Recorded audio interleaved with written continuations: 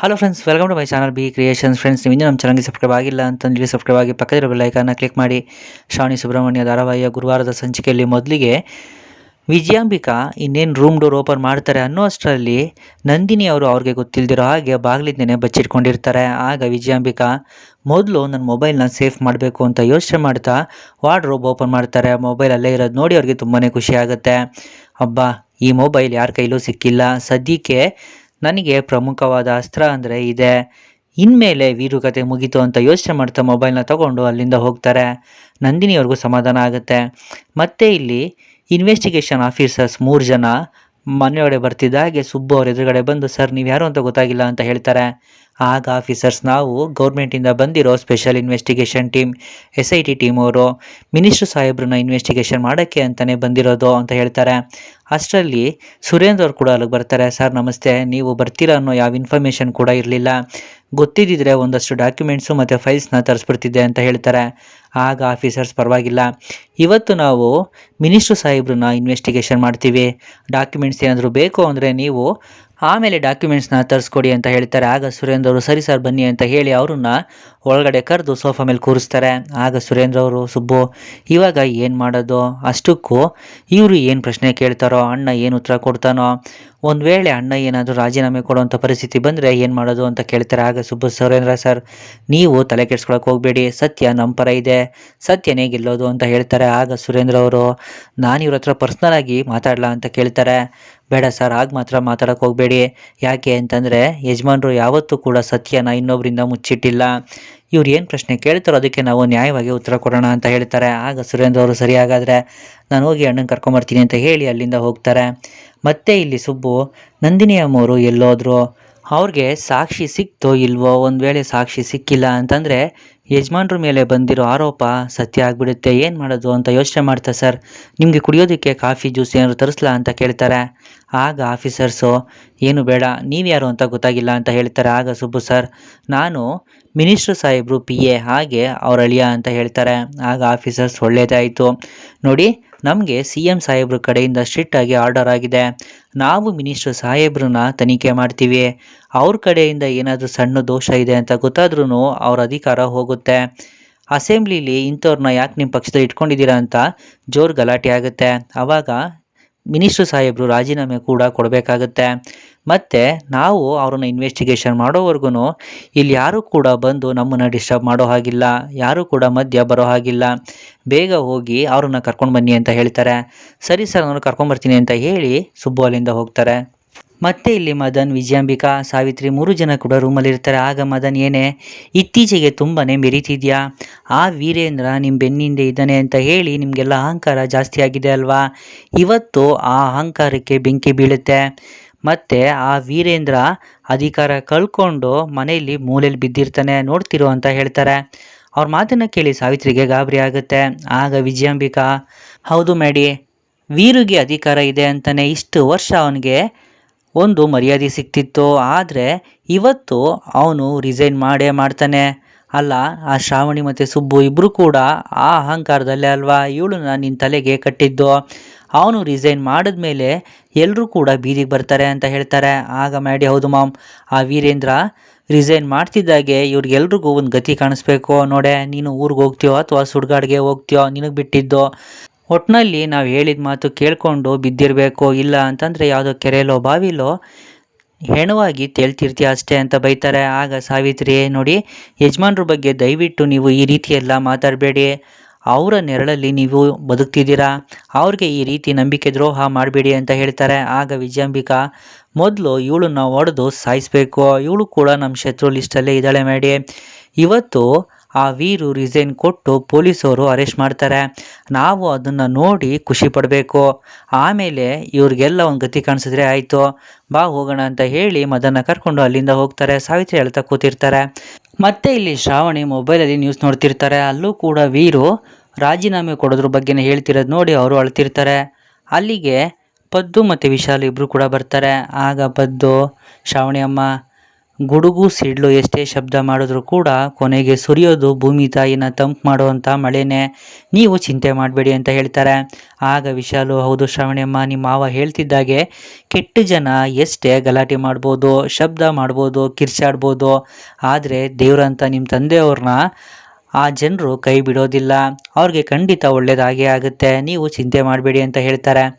ಆಗ ಪದ್ದು, ಹೌದು ಶ್ರಾವಣಿಯಮ್ಮ, ಕೆಟ್ಟದ್ದು ಮಾಡೋಕ್ಕೆ ಅಂತ ದುಷ್ಟಶಕ್ತಿ ಇದ್ದರೆ ಒಳ್ಳೆತನನ ಕಾಪಾಡೋಕೆ ಅಂತ ದೈವಶಕ್ತಿ ಇದ್ದೇ ಇರುತ್ತೆ, ನೀವೇನು ಚಿಂತೆ ಮಾಡಬೇಡಿ, ಆ ದೈವಶಕ್ತಿನೇ ಯಜಮಾನ್ರ ಕೈ ಇಟ್ಕೊಂಡು ಅವ್ರನ್ನ ಕಾಪಾಡುತ್ತೆ ಅಂತ ಹೇಳ್ತಾರೆ. ಶ್ರಾವಣಿ ಹೇಳ್ತಿರೋದು ನೋಡಿ ವಿಶಾಲು ಸಮಾಧಾನ ಮಾಡ್ತಾರೆ. ಮತ್ತೆ ಇಲ್ಲಿ ಸುರೇಂದ್ರ ಅವರು ಆ ಇನ್ವೆಸ್ಟಿಗೇಷನ್ ಆಫೀಸರ್ಸು ಏನೆಲ್ಲ ಪ್ರಶ್ನೆ ಕೇಳ್ತಿದ್ದಾರೋ, ಅಣ್ಣ ಏನು ಉತ್ತರ ಕೊಡ್ತಿದ್ದಾನೋ, ನನಗಂತೂ ತುಂಬಾ ಟೆನ್ಷನ್ ಆಗ್ತಿದೆ ಅಂತ ಹೇಳ್ತಾರೆ. ಆಗ ವಂದನಾ, ರೀ ನೀವು ಯಾಕೆ ಇಷ್ಟೊಂದು ಟೆನ್ಷನ್ ಮಾಡ್ಕೊತಿದ್ದೀರಾ, ಅಷ್ಟಕ್ಕೂ ಭಾವ ಎಲ್ಲ ಸತ್ಯನೇ ಹೇಳ್ತಿರ್ತಾರೆ, ಸುಮ್ಮನಿರಿ ಅಂತ ಹೇಳ್ತಾರೆ. ಆಗ ಸುರೇಂದ್ರ ಅವರು, ವಂದನಾ, ಇದು ಕಲಿಗಾಲ, ಇಲ್ಲಿ ಸತ್ಯ ಹೇಳಿದವರು ಕಷ್ಟ ಅನುಭವಿಸ್ಲೇಬೇಕು, ಅದೇ ನನಗೆ ಚಿಂತೆ ಆಗ್ತಿರೋದು ಅಂತ ಹೇಳ್ತಾರೆ. ಮತ್ತೆ ಇಲ್ಲಿ ಆಫೀಸರ್ಸು ವೀರುನ ತನಿಖೆ ಮಾಡ್ತಿರ್ತಾರೆ, ಒಬ್ಬರು ವಿಡಿಯೋ ರೆಕಾರ್ಡಿಂಗ್ ಮಾಡ್ತಿರ್ತಾರೆ. ಆಗ ಆಫೀಸರು, ಅವತ್ತು ನೀವು ಮಾತಾಡಿದ್ರಲ್ಲ, ಅವ್ರು ನಿಮ್ಮ ಹತ್ರ ಯಾವ ಪ್ರಾಜೆಕ್ಟ್ಗೋಸ್ಕರ ಬಂದಿದ್ರು ಅಂತ ಕೇಳ್ತಾರೆ. ಆಗ ವೀರು, ನಾವು ಕೆಲವೊಂದು ಸರ್ಕಾರಿ ಶಾಲೆಗಳ ಅಭಿವೃದ್ಧಿಗೆ ಅಂತ ಕೆಲವೊಂದು ಕಾರ್ಯಕ್ರಮಗಳನ್ನ ಹಮ್ಮಿಕೊಂಡಿದ್ವಿ, ಆ ಟೆಂಡರ್ ಅವ್ರಿಗೆ ಸಿಗಬೇಕಾಗಿತ್ತು ಅಂತ ಅದ್ರ ಬಗ್ಗೆ ಇನ್ಫಾರ್ಮೇಷನ್ ಕೊಡ್ತಾರೆ. ಮತ್ತು ಈ ವಿಡಿಯೋದಲ್ಲಿ ಮಾತಾಡಿರೋದು ನೀವೇನಾ, ಇದು ನಿಮ್ಮ ಧ್ವನಿನಾ ಅಂತ ಆಫೀಸರ್ಸ್ ಪ್ರಶ್ನೆ ಮಾಡ್ತಾರೆ. ಆಗ ವೀರು, ಹೌದು, ಅದರಲ್ಲಿ ಅನುಮಾನನೇ ಬೇಡ, ಅದು ನಂದೇ ಧ್ವನಿ ಅಂತ ಹೇಳ್ತಾರೆ. ಇದನ್ನೆಲ್ಲ ಕೇಳಿ ಆಫೀಸರ್ಸ್ಗೂ ಗಾಬರಿ ಆಗುತ್ತೆ. ಮತ್ತೆ ಇಲ್ಲಿ ಸುಬ್ಬು, ನಂದಿನಿ ಅಮ್ಮವ್ರು ಎಲ್ಲೋದ್ರು, ಎಲ್ಲೋ ಕಾಣ್ತಾನೆ ಇಲ್ವಲ್ಲ ಅಂತ ಯೋಚನೆ ಮಾಡ್ತಾ ನಂದಿನಿಯವ್ರನ್ನ ಹುಡುಕ್ತಾ ಇರ್ತಾರೆ. ಅದೇ ಸಮಯಕ್ಕೆ ನಂದಿನಿ ಬಂದು ಸುಬ್ಬು ಮುಂದೆ ನಿಂತ್ಕೋತಾರೆ. ಅಮ್ಮೋರೆ ಏನಾಯಿತು, ಆ ವಿಜಯಾಂಬಿಕಾ ರೂಮಲ್ಲಿ ಇನ್ನೊಂದು ಫೋನ್ ಸಿಕ್ತಾ ಅಂತ ಕೇಳ್ತಾರೆ. ನಂದಿನಿ ಏನು ಮಾತಾಡದೆ ಸುಬ್ಬು ಮುಖ ನೋಡ್ತಾ ಸುಮ್ಮನೆ ನಿಂತಿರ್ತಾರೆ. ಮತ್ತು ಆಫೀಸರ್ಸು, ಸರ್ ಈಗ ನಾವು ಕೇಳಿರೋ ಪ್ರಶ್ನೆಗೆಲ್ಲ ನೀವು ಉತ್ತರ ಕೊಟ್ಟಿದ್ದೀರಾ, ಆ ವಿಡಿಯೋದಲ್ಲಿ ಇರೋದು ನಾನೇ, ಅದು ನನ್ನ ಧ್ವನಿನೇ ಅಂತ ಹೇಳಿದ್ದೀರಾ, ಮತ್ತು ನಿಮ್ಮ ಪ್ರಾಪರ್ಟಿ ಮೇಲೆ ತನಿಖೆ ಆಗಬೇಕು, ಅಷ್ಟೇ ಅಲ್ಲ ನಿಮ್ಮನ್ನು ನಾವು ಕಸ್ಟಡಿಗೆ ತಗೋತೀವಿ, ಅದಕ್ಕಿಂತ ಮುಂಚೆ ನೀವು ರಿಸೈನ್ ಕೊಡಬೇಕಾಗತ್ತೆ ಸರ್ ಅಂತ ಹೇಳಿ ಒಂದು ಲೆಟರ್ನ ತೆಗೆದು ವೀರಿಗೆ ಕೊಡ್ತಾರೆ. ಆ ಲೆಟರ್ನ ವೀರು ಓದ್ತಾರೆ.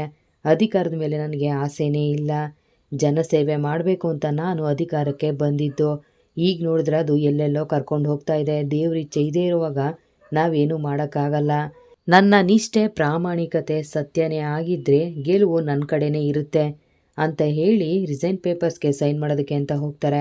ಅದೇ ಸಮಯಕ್ಕೆ ಅವ್ರಿಗೆ ವೆಹಿಕಲ್ ಶಬ್ದ ಕೇಳಿಸುತ್ತೆ. ಅವ್ರಿಗೆ ಗಾಬರಿ ಆಗುತ್ತೆ. ಅಲ್ಲಿಗೆ ಸುಬ್ಬು ಬರ್ತಾರೆ. ಸುಬ್ಬು, ಏನಾಯಿತು, ಯಾರು ಬಂದಿದ್ದು ಅಂತ ವೀರು ಕೇಳ್ತಾರೆ. ಆಗ ಸುಬ್ಬು, CM ಸಾಹೇಬರು ಬಂದಿದ್ದಾರೆ ಯಜಮಾನ್ರೆ ಅಂತ ಹೇಳ್ತಾರೆ. ವೀರುಗೆ ಗಾಬರಿ ಆಗುತ್ತೆ. ಅದೇ ಸಮಯಕ್ಕೆ ಸುರೇಂದ್ರ ಅವರು CMನ ಕರ್ಕೊಂಡು ಅಲ್ಲಿಗೆ ಬರ್ತಾರೆ. ಸರ್ ಬನ್ನಿ ಸರ್, ನೀವು ನಮ್ಮ ಮನೆಗೆ ಬರ್ತೀರಾ ಅಂತ ಅಂದ್ಕೊಂಡೇ ಇರಲಿಲ್ಲ ಅಂತ ವೀರು ಹೇಳ್ತಾರೆ. ಆಗ CM, ವೀರೇಂದ್ರ, ನೀನು ಯಾವ ರಾಜೀನಾಮೆ ಕೊಡೋ ಅವಶ್ಯಕತೆ ಇಲ್ಲ ಅಂತ ಹೇಳಿ ಆ ಪೇಪರ್ನ ತಗೊಂಡು ಅರ್ದು ಬಿಸಾಕ್ತಾರೆ. ಸರ್ ಏನು ಹೇಳ್ತಿದ್ದೀರಾ, ನೀವಿಲ್ಲಿ ಬರ್ತೀರಾ ಅಂತ ಅಂದ್ಕೊಂಡೇ ಇರಲಿಲ್ಲ, ನೀವೇ ರಚನೆ ಮಾಡಿರೋಂಥ ಕಮಿಟಿ ನನ್ನ ಮೇಲೆ ತನಿಖೆ ನಡೀತಾ ಇದೆ, ನಾನೇ ತಪ್ಪು ಮಾಡಿದ್ದೀನಿ ಅನ್ನೋ ಹಾಗೆ ಇವರು ಮಾತಾಡ್ತಾ ಇದ್ದಾರೆ, ಅದಕ್ಕೆ ನಾನು ರಾಜೀನಾಮೆ ಕೊಡೋದಕ್ಕೆ ಒಪ್ಕೊಂಡೆ ಸರ್, ನೀವು ನೋಡಿದ್ರೆ ಈ ರೀತಿ ಮಾಡ್ತಾ ಇದ್ದೀರಲ್ಲ, ನನಗೇನು ಅರ್ಥನೇ ಆಗ್ತಿಲ್ಲ ಅಂತ ವೀರು ಹೇಳ್ತಾರೆ. ಆಗ CM, ನನ್ನ ಕ್ಷಮಿಸ್ಬಿಡು ವೀರೇಂದ್ರ, ವಿರೋಧ ಪಕ್ಷದವರ ಒತ್ತಡ ಇತ್ತು, ತುಂಬ ಪ್ರೆಷರ್ ಇದ್ದಿದ್ದ ಕಾರಣ ಈ ಕಮಿಟಿನ ನೇಮಕ ಮಾಡಬೇಕಾಗಿ ಬಂತು, ಈ ತನಿಖೆ ಆಗಿದ್ದು ಒಂದು ರೀತಿ ಒಳ್ಳೆಯದೇ ಆಯಿತು, ನೀನು ಯಾವ ತಪ್ಪು ಮಾಡಿಲ್ಲ ಅಂತ ಸಾಬೀತಾಯಿತು, ರಾಜಕೀಯದಲ್ಲಿ ಮಾತಿಗಿಂತ ಸಾಕ್ಷಿ ತುಂಬ ಮುಖ್ಯ ಆಗುತ್ತೆ, ನೀನು ರಾಜೀನಾಮೆ ಕೊಟ್ಟಿದ್ದಿದ್ರೆ ನಮ್ಮ ಪಕ್ಷಕ್ಕೆ ತುಂಬ ದೊಡ್ಡ ನಷ್ಟ ಆಗ್ತಾಯಿತ್ತು, ಅದೇ ಸಮಯಕ್ಕೆ ಒಬ್ಬರು ದೇವತೆ ಆಗಿ ಬಂದು ನೀನೇನು ತಪ್ಪು ಮಾಡಿಲ್ಲ ಅಂತ ಸಾಕ್ಷಿ ಸಮೇತ ಸಾಬೀತು ಮಾಡಿದ್ರು ಅಂತ ಹೇಳ್ತಾರೆ. ಎಲ್ರಿಗೂ ಆಶ್ಚರ್ಯ ಆಗುತ್ತೆ.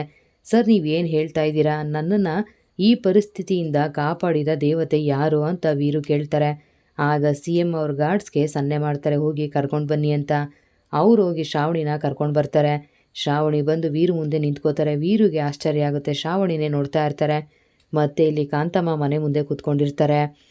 ಇಂದ್ರಮ್ಮ ನಡ್ಕೊಂಡು ಬರ್ತಾ ಇರ್ತಾರೆ. ಇವಳು ಯಾಕೆ ಈ ಕಡೆ ಬರ್ತಾ ಇದ್ದಾಳೆ ಅಂತ ಕಾಂತಮ್ಮ ಬೈಕೋತಾ ಇರ್ತಾರೆ. ಆಗ ಇಂದ್ರಮ್ಮ, ಏನೇ ಕಾಂತಮ್ಮ, ನನ್ನ ಮುಖ ನೋಡಿದ ತಕ್ಷಣ ನಿನ್ನ ಮುಖದ ದಿಕ್ಕೇ ಬದಲಾಗೋಯ್ತು, ಏನು ಸಮಾಚಾರ, ಆ ಮಿನಿಸ್ಟ್ರು ನಿಮ್ಮ ಬೀಗರು ಅಂತ ತುಂಬ ಬೀಗ್ತಾ ಇದ್ದೆ, ಇವತ್ತು ಅವರೇ ಜೈಲಿಗೆ ಹೋಗೋ ಪರಿಸ್ಥಿತಿ ಬಂದಿದೆ, ಇವತ್ತು ಆ ಮಿನಿಸ್ಟ್ರು, ನಾಳೆ ನೀನು ಸುಬ್ಬು ಎಲ್ಲರೂ ಜೈಲು ಪಾಲಾಗ್ತೀರಾ, ಈ ಮನೆಯವರೆಲ್ಲ ಕತ್ಲೆ ಕೋಣೆಯಲ್ಲಿ ಕಂಬಿ ಎಣ್ಸೋದನ್ನು ನಾನು ನೋಡಬೇಕು, ಅಲ್ಲಿ ತನಕ ನನಗೆ ನೆಮ್ಮದಿ ಇಲ್ಲ ಅಂತ ಇಂದ್ರಮ್ಮ ಹೇಳ್ತಾರೆ. ಆಗ ಕಾಂತಮ್ಮ ಸುಮ್ಮನೆ ಕೂತಿರೋ ಕಾಂತಮ್ಮನ ಕೆಣಕಿ ತಪ್ಪು ಮಾಡ್ತಾ ಇದೆಯಾ, ಕಾಲು ಕೆರ್ಕೊಂಡು ಯಾಕೆ ಜಗಳಕ್ಕೆ ಬರ್ತಾ ಇದೆಯಾ ಅಂತ ಕೇಳ್ತಾರೆ. ಆಗ ಇಂದ್ರಮ್ಮ ನಾನು ಕಾಲು ಕೆರ್ಕೊಂಡು ಜಗಳಕ್ಕೆ ಬರ್ತಾ ಇಲ್ಲ, ನಿನ್ನ ಮುಖಕ್ಕೆ ಮಂಗಳಾರತಿ ಎತ್ತುತ್ತಾ ಇದ್ದೀನಿ, ಮಕ್ಕಳು ದುಡ್ಡು ತಿಂದರೆ ಇದೇ ಗತಿನೇ ಆಗೋದು ಅಂತ ಹೇಳ್ತಾರೆ. ಆಗ ಕಾಂತಮ್ಮ ರಾಜಕೀಯ ಅಂದಮೇಲೆ ಇದೆಲ್ಲ ಇದ್ದಿದ್ದೆ, ಅವರು ಜೈಲಿಗೆ ಹೋದ್ರೂ ನನಗೆ ಹೆಮ್ಮೆನೆ ಕಣೆ, ಅದರಿಂದ ಅವ್ರಿಗೇನು ನಷ್ಟ ಆಗಲ್ಲ ಅಂತ ಹೇಳ್ತಾರೆ. ಆಗ ಇಂದ್ರಮ್ಮ ಮಾನ ಮರ್ಯಾದೆ ಬೀದಿ ಪಾಲಾಗ್ತಾಯಿದ್ರು, ಈ ದಿಮಾಕ್ ಏನು ಕಮ್ಮಿ ಇಲ್ಲ ಅಂತ ಹೇಳ್ತಾರೆ. ಯಾರಿಗೆ ದಿಮಾಕ್ ಅಂತ ಇದೆಯಾ, ಮರ್ಯಾದೆ ಕೊಟ್ಟು ಮಾತಾಡೋ, ಸುಮ್ಮನೆ ಇರೋಳನ್ನ ಕೆಣಕಿದ್ದು ನೀನೇ ಅಂತ ಕಾಂತಮ್ಮ ಹೇಳ್ತಾರೆ. ಆಗ ಇಂದ್ರಮ್ಮ ಕೆಳಗಡೆ ಬಿದ್ದರೂ ಮೀಸೆ ಮಣ್ಣಾಗಿಲ್ಲ ಅಂತ ಹೇಳ್ತಿದ್ಯಲ್ಲ, ಥೂ ನಿನ್ನ ಜನ್ಮಕ್ಕೆ ಅಂತ ಹೇಳ್ತಾರೆ. ಕೆಳಗಡೆ ಬಿದ್ದರೂ ಮೀಸೆ ಮಣ್ಣಾಗಿಲ್ಲ ಅನ್ನೋಕ್ಕೆ ನನಗೆ ಮೀಸೆನೇ ಇಲ್ವಲ್ಲೇ ಕೂಸೆ ಅಂತ ಕಾಂತಮ್ಮ ಹೇಳ್ತಾರೆ. ಏನು ಕೂಸೆ ಗೀಸೆ ಅಂತ ಮಾತಾಡ್ತಿದ್ಯಾ, ಮರ್ಯಾದೆಯಿಂದ ಮಾತಾಡೋ, ಇಲ್ಲ ಅಂದರೆ ನಿನ್ನ ನಾಲ್ಗೆನ ಕತ್ತರಿಸಿ ನಾಯಿಗೆ ಹಾಕ್ಬಿಡ್ತೀನಿ ಹುಷಾರ್ ಅಂತ ಇಂದ್ರಮ್ಮ ಹೇಳ್ತಾರೆ. ಆಗ ಕಾಂತಮ್ಮ ಏನೋ ನನ್ನ ನಾಲ್ಗೆ ಕತ್ತರಿಸಿ ನಾಯಿಗೆ ಹಾಕ್ತೀಯಾ, ಹಾಗೇನಾದರೂ ಮಾಡಿ ನೋಡು ನೀನು, ನಿನ್ನ ಮೂಳೆನ ಕತ್ತರಿಸಿ ಗೂಟಕ್ಕೆ ನೇತಾಕ್ಬಿಡ್ತೀನಿ ಅಂತ ಹೇಳ್ತಾರೆ. ಆಗ ಇಂದ್ರಮ್ಮ ನನ್ನ ಮೂಳೆನೇ ಕತ್ತರಿಸ್ತೀಯ ಅಂತ ಹೇಳ್ತಾರೆ. ಕಾಂತಮ್ಮ ನನ್ನ ನಾಲ್ಗೆನೇ ಕತ್ತರಿಸ್ತೀಯ ಅಂತ ಹೇಳಿ ಅವರಿಬ್ಬರು ಜಗಳಾಡ್ತಾ ಇರ್ತಾರೆ. ಮತ್ತು ಇಲ್ಲಿ CM ವೀರೇಂದ್ರ, ನಿನ್ನ ಮಗಳು ಚಿನ್ನದಂತವಳು, ಚಿನ್ನ ಅಂದರೆ ತಪ್ಪಾಗುತ್ತೆ, ಇವಳು ನಿನ್ನ ಪಾಲಿನ ಸಂಜೀವಿನಿ ಅಂತಲೇ ಹೇಳಬಹುದು, ನಿನ್ನ ಅಧಿಕಾರ ಕೈ ತಪ್ಪಿ ಹೋಗ್ತಾ ಇತ್ತು, ಅದನ್ನು ಸರಿಯಾದ ಟೈಮ್ ಬಂದು ಕಾಪಾಡಿದಾಳೆ, ಇಂಥ ಮಗಳನ್ನ ಪಡೆಯೋದಕ್ಕೆ ನೀನು ಪುಣ್ಯ ಮಾಡಿದ್ದೆ ಅಂತ ಹೇಳ್ತಾರೆ. ಆಗ ವೀರು ಸರ್ ನೀವೇನು ಹೇಳ್ತಾ ಇದ್ದೀರ ನನಗೆ ಅರ್ಥ ಆಗ್ತಿಲ್ಲ ಅಂತ ಹೇಳ್ತಾರೆ.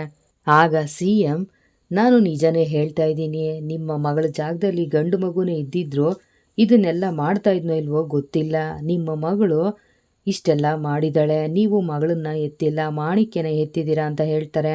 ವೀರುಗೆ ತುಂಬ ಬೇಜಾರಾಗುತ್ತೆ. ಇದಕ್ಕಿಂತ ಮುಂಚೆ ಶ್ರಾವಣಿ ಜೊತೆ ಮಾತಾಡಿದ ನೆನಪು ಮಾಡಿಕೊಂಡು ಕಣ್ಣೀರಾಗ್ತಾ ಇರ್ತಾರೆ. ಆಗ ಶ್ರಾವಣಿ ಅಂಕಲ್ ಪ್ಲೀಸ್ ತುಂಬ ಹೊಗಳ್ಬೇಡಿ, ನಾನು ಅಂಥ ದೊಡ್ಡ ಕೆಲಸ ಏನೂ ಮಾಡಿಲ್ಲ, ಅಪ್ಪನ್ನ ಕಾಪಾಡ್ಕೊಳ್ಳೋದು, ಅಪ್ಪನಿಗೆ ಕಾವಲಾಗಿರೋದು ಮಗಳಾಗಿ ನನ್ನ ಕರ್ತವ್ಯ ಅಂತ ಹೇಳ್ತಾರೆ. ಆಗ CM ನೀನೇನೋ ಕರ್ತವ್ಯ ಅಂತ ಹೇಳಿಬಿಟ್ಟಮ್ಮ, ರಾಜಕೀಯದಲ್ಲಿ ಇದನ್ನು ಜೀವದಾನ ಅಂತ ಹೇಳ್ತಾರೆ, ನೀನು ನಿಮ್ಮ ಅಪ್ಪನಿಗೆ ಪುನರ್ಜನ್ಮ ಕೊಟ್ಟಿದ್ಯಾ, ಮಗಳಾಗಿರೋ ನೀನು ತಾಯಿ ರೂಪದಲ್ಲಿ ಬಂದು ವೀರೇಂದ್ರನಿಗೆ ಪುನರ್ಜನ್ಮ ಕೊಟ್ಟಿದ್ಯಾ, ಇದು ನಿಮ್ಮಪ್ಪನ ಪುನರ್ಜನ್ಮ, ನೀನು ರಾಜಕೀಯದಲ್ಲಿ ಮುಂದುವರಿಬೋದು ವೀರೇಂದ್ರ, ಇನ್ನು ಯಾವುದೇ ಅಡ್ಡಿ ಆತಂಕ ಇಲ್ಲ, ನಿನ್ನ ಮೇಲೆ ಬಂದಿರೋ ಅಪವಾದ ದೂರ ಆಯಿತು ಅಂತ ಹೇಳ್ತಾರೆ. ಆಗ ಸುರೇಂದ್ರ ಅವರು ಸರ್ ಹಾಗಾದರೆ ಈ ತನಿಖೆ ಅಂತ ಕೇಳ್ತಾರೆ. ಮತ್ತು CM ನೋಡಿ ಆಫೀಸರ್ಸ್, ಈ ತನಿಖೆನ ಅಫಿಷಿಯಲಿ ಇಲ್ಲಿಗೆ ನಿಲ್ಲಿಸ್ಬಿಡಿ, ವೀರೇಂದ್ರ ಯಾವ ತಪ್ಪು ಮಾಡಿಲ್ಲ ಅಂತ ಸಾಬೀತಾಯಿತು, ವೀರೇಂದ್ರ ಮೊದಲಿಂದನೂ ಅಪವಾದಗಳನ್ನ ಅವಮಾನಗಳನ್ನ ಎದುರಿಸ್ಕೊಂಡೇ ಬಂದಿದ್ದಾನೆ, ಎಷ್ಟೇ ಆದರೂ ಗಂಗಾಧರ ಮೂರ್ತಿಗಳ ಶಿಷ್ಯ, ಇದೆಲ್ಲ ಅವನಿಗೇನು ದೊಡ್ಡದಲ್ಲ, ಇಷ್ಟೆಲ್ಲ ಆದರೂ ನಮ್ಮ ಮುಂದೆ ಗಟ್ಟಿಯಾಗಿ ನಿಂತಿದ್ದಾನೆ, ಅವರ ಗರಡೀಲಿ ಪಳಗಿರೋ ಅನುಭವ ಇದೆ, ಹೀಗಿರುವಾಗ ವೀರೇಂದ್ರನ ಯಾರು ಉರುಳ್ಸೋಕ್ಕಾಗೋದಿಲ್ಲ ಅಂತ ಹೇಳ್ತಾರೆ. ಆ ಮಾತು ಕೇಳಿ ಸುಬ್ಬುಗೆ ಖುಷಿಯಾಗುತ್ತೆ. ಅವರು ಶ್ರಾವಣಿನೇ ನೋಡ್ತಾ ಇರ್ತಾರೆ.